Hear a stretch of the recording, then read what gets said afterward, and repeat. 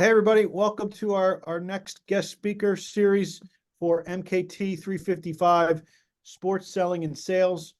I'm excited to have our next guest join us. Matt Rosen is a 2023 graduate of St. Joe's. He is currently working in premium seating for the sales department with the New York Jets. And so I'm excited to hear a little bit about what he's doing with the Jets and kind of his pathway to, moving from a student, which he was, not too long ago, to now working full time in the NFL. So welcome, Matt. Thanks. Yeah, no, I appreciate you having me on here. Always happy to help because, Yeah.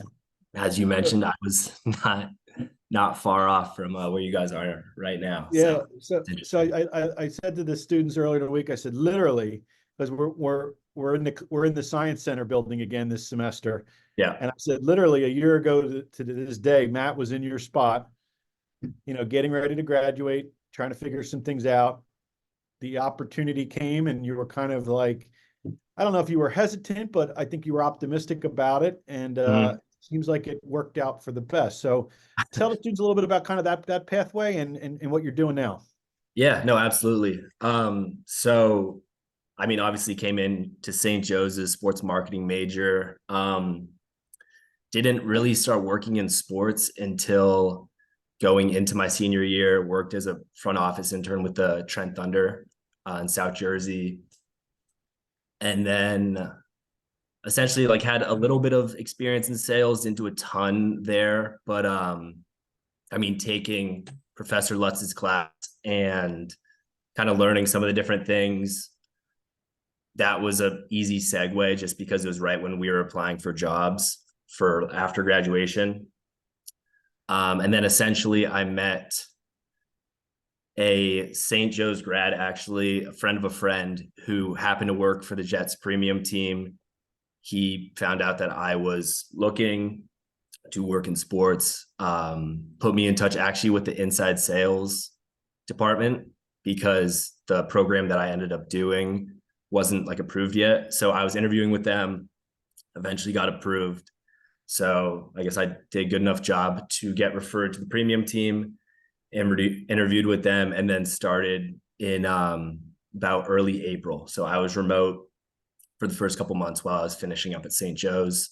And yeah, I was in the interview process while Professor Lutz was my teacher. So I was coming to him just about every class, asking for advice, good questions to ask going into each interview, which was a bit of a stressful process, but definitely necessary to get where I'm at now. Yeah. So what are you doing now? I mean, I know you made it through your first sort of in season. What were you selling? What are you doing Mm-hmm. now in the off season? Tell us a little bit about your kind of your role. Yeah. So my like entire 9 to 5 here is reaching out to different businesses, seeing if they essentially want to purchase a suite to bring out clients and like employees, different kind of business development things, and they're bringing out prospective clients usually to use as an incentive, as like a sales incentive. Usually the people that are running the show there are the sales guys in each company. So essentially I'm self prospecting, we call it, which is just reading up on different companies and seeing if they have the appetite for entertainment and where we could help out. It's obviously very helpful when they are Jets fans. And it was a little easier because I started like a week after we signed Rodgers. So there's very high hopes going into the season. So it wasn't the hardest summer in the world. But I mean, after he went down, I've definitely had to become a lot more polished as a salesperson just because people aren't as excited to talk to me over the phone, with doing different cold calls and stuff. Now that the team didn't have as good as a season, but yeah, we're working through that. Yeah. What was that like? I mean, that initial push and excitement, certainly probably sparked a lot of interest with Yeah. Rodgers. And then obviously, you can't predict injuries. And then, how does that sort of shift your gears, change your messaging? How does Mm-hmm. that sort of, what does that look like? Yeah, because going in during all of our training, when they're teaching us essentially what to say, how to answer questions, what questions to ask, a lot of it was centered around like, this team has a great defense. Now we actually have a quarterback coming in. So people were saying at least playoffs, maybe Super Bowl. Everyone's super excited. Training camp was awesome. And then he went down, and just about every person I called was like, you guys don't have a quarterback. You guys suck. But what's like nice about being on the more of the B2B side is that they see it more as a business venture as opposed to just selling tickets, where you're talking more to just fans. So you're still saying like, the stadium's massive.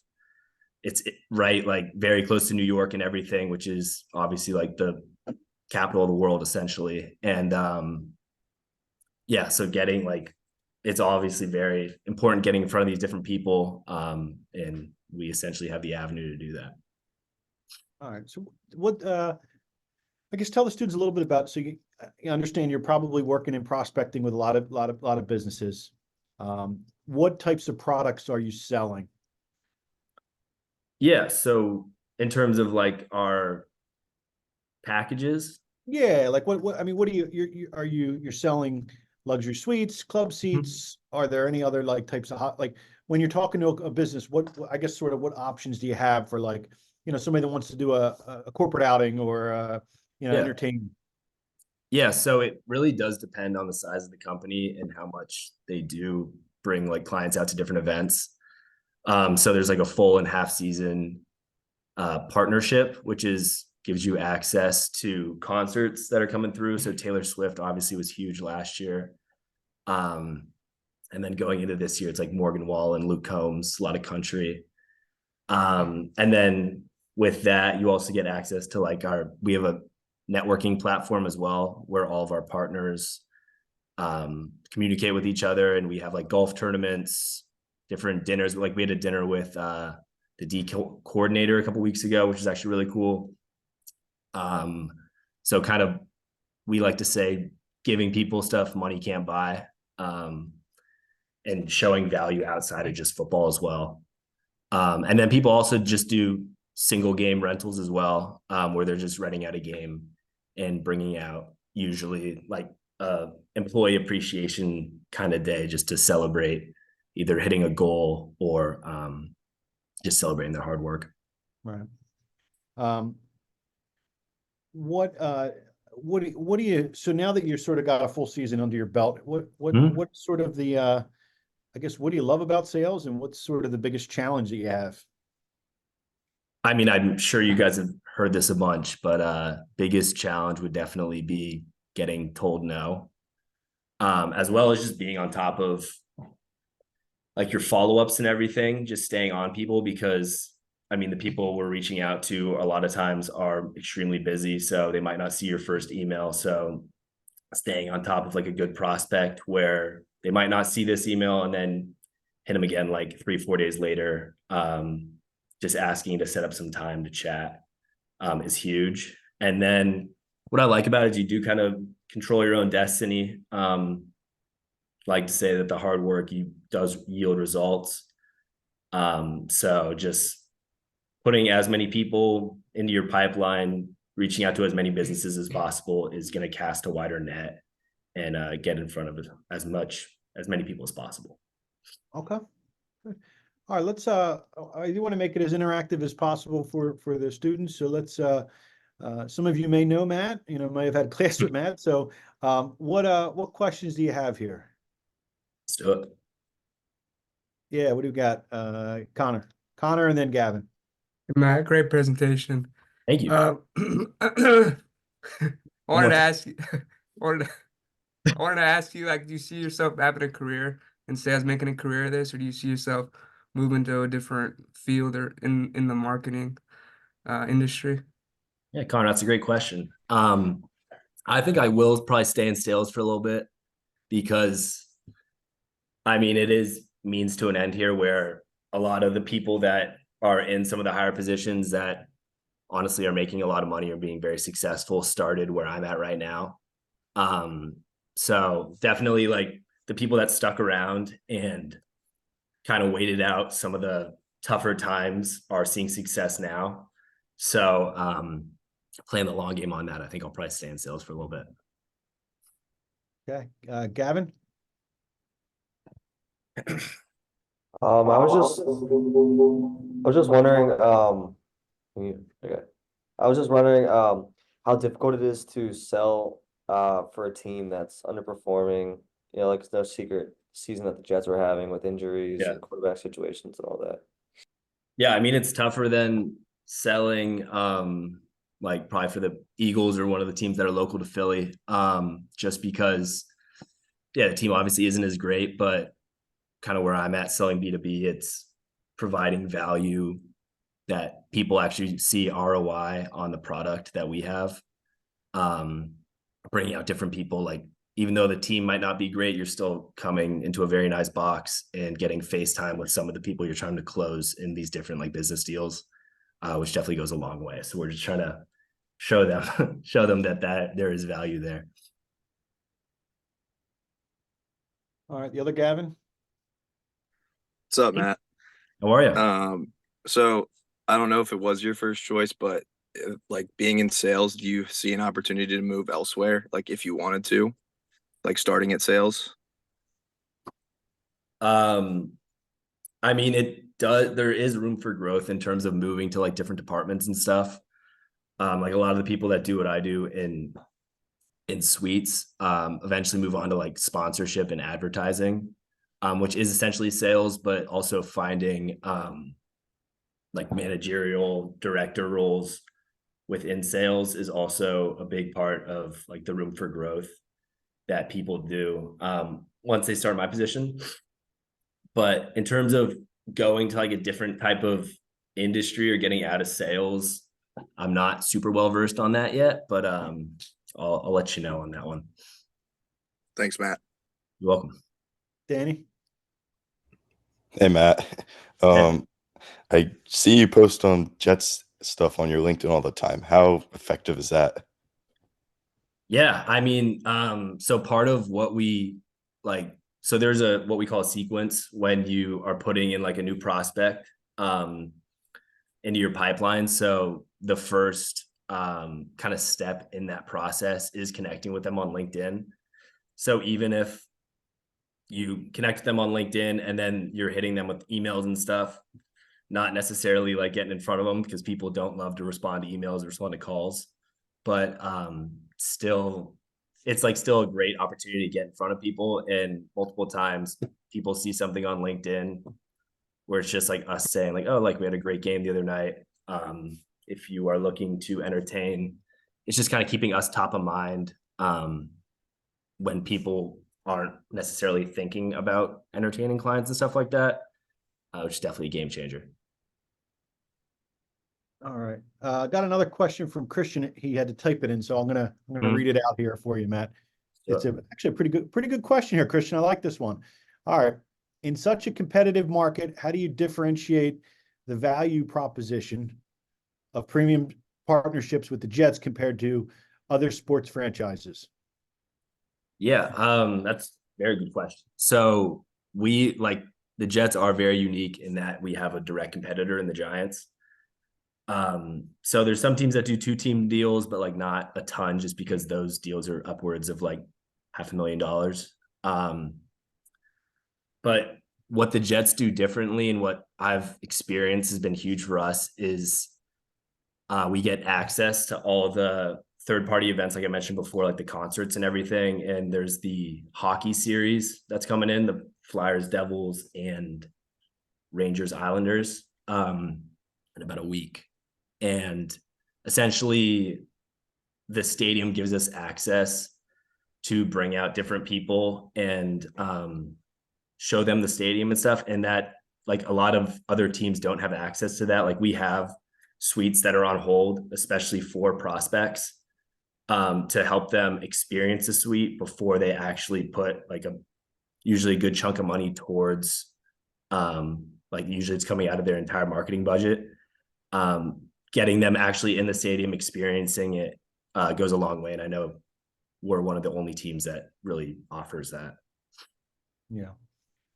So, having sold premium, in my previous or early career, Mhm.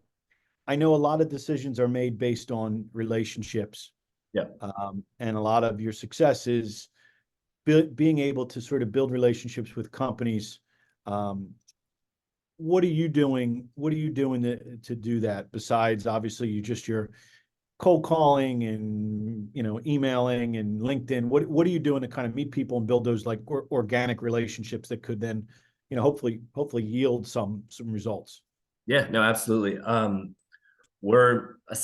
We do set up at least one or two networking events throughout like each month. So whether it's going into the city for a real estate conference or just having a couple people out, like we reserved a Knicks Warriors suite for a couple weeks from now, where we're just bringing people out that we haven't necessarily gotten FaceTime with, because it's just such an easy introduction where you're saying, hey, I have 2 tickets to the Knicks Warriors game. Do you want to come watch a basketball game with us and hang out in the suites? And then that's like a opportunity to just create some rapport with those people, and then eventually, hopefully, start to talk business a little bit. Yeah. Okay. Anybody else? What else we got?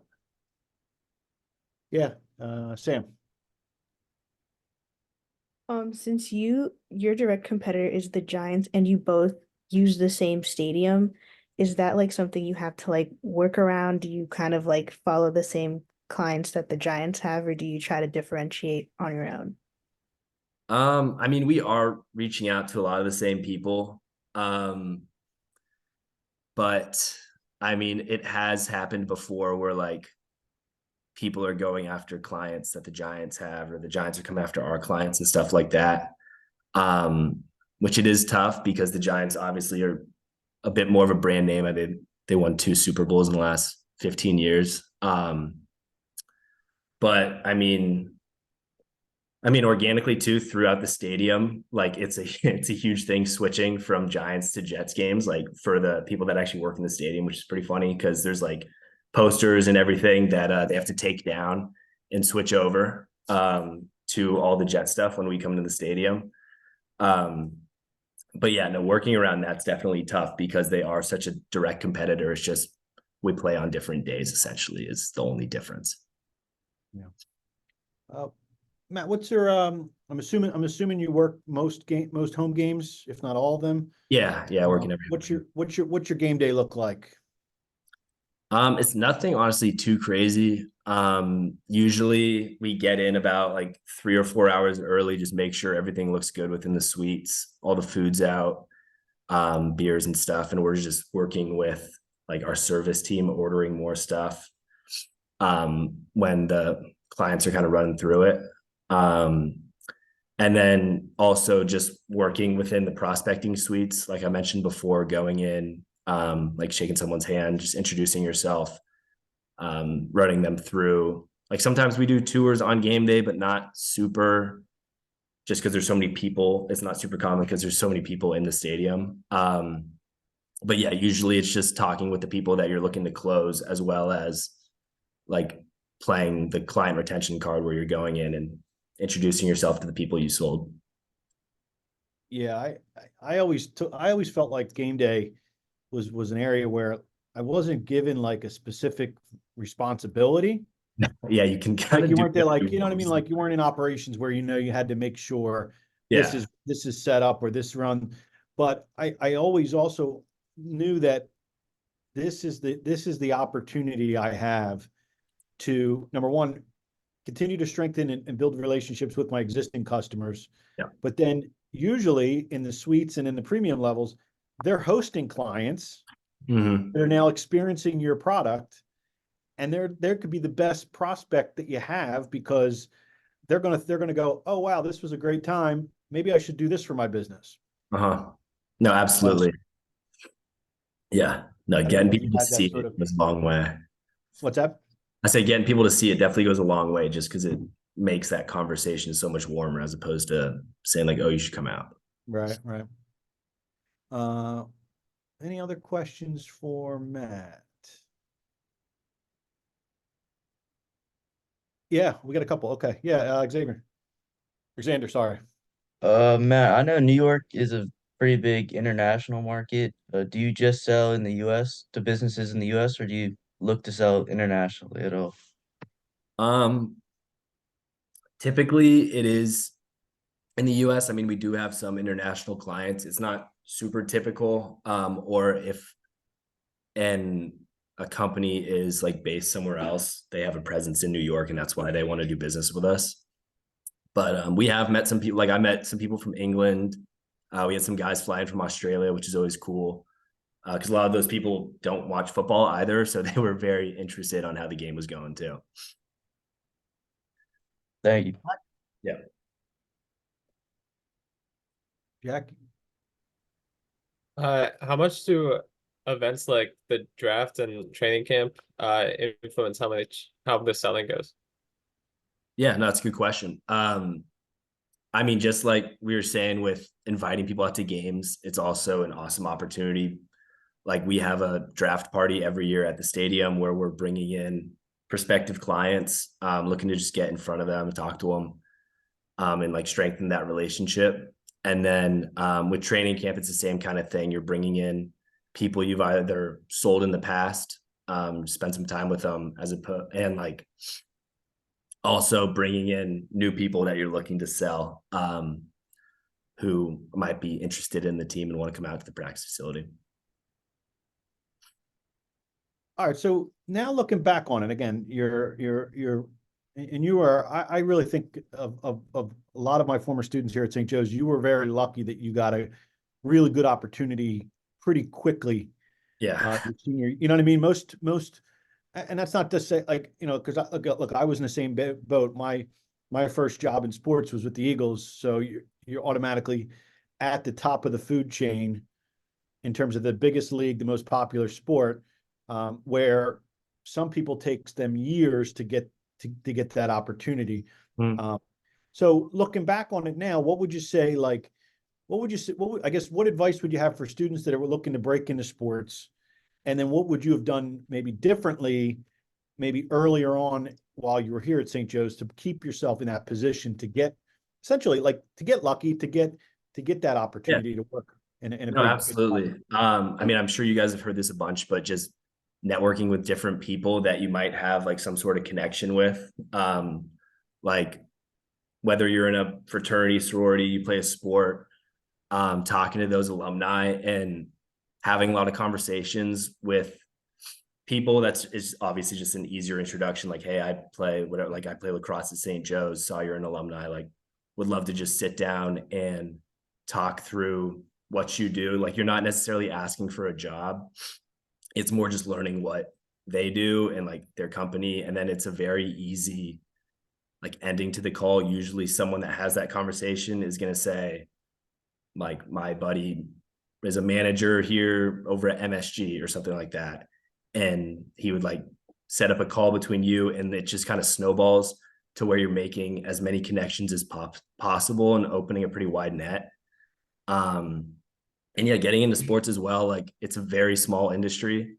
So once you get in touch with one guy, like I know at the Jets, we have guys that worked in Florida with like the Jaguars, with the Pelicans, the Saints, like literally all over the place. So I know when a few of people on our team were like looking elsewhere, they were helping them out, just trying to make like essentially as many connections, have as many conversations as possible. Any other questions for Matt?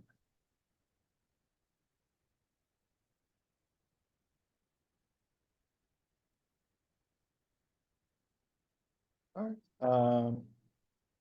Any other questions? All right. Well, we can cut it short. It's Friday. You can tell these guys are ready to look at these guys. Oh, we got one. Okay. Here We got lamb chop. What's up, buddy? What's up, man? You have a You question? can talk. You have a question? No, I don't have a He question. wanted to know your experience about the Trent Thunder internship. Yeah, Matt did it with me, so he can probably touch on it a little bit too. He was actually in Professor Lutz's class with me.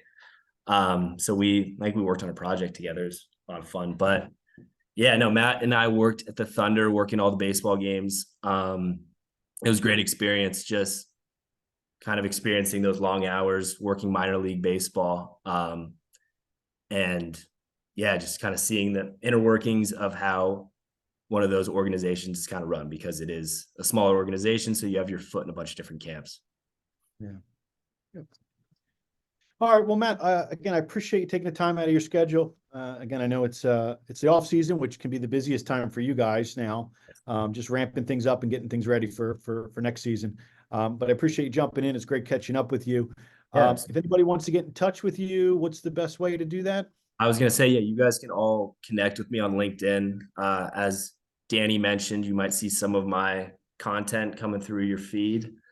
So yeah, feel free to reach out to me, message me on LinkedIn, and I'm happy to sit down and talk.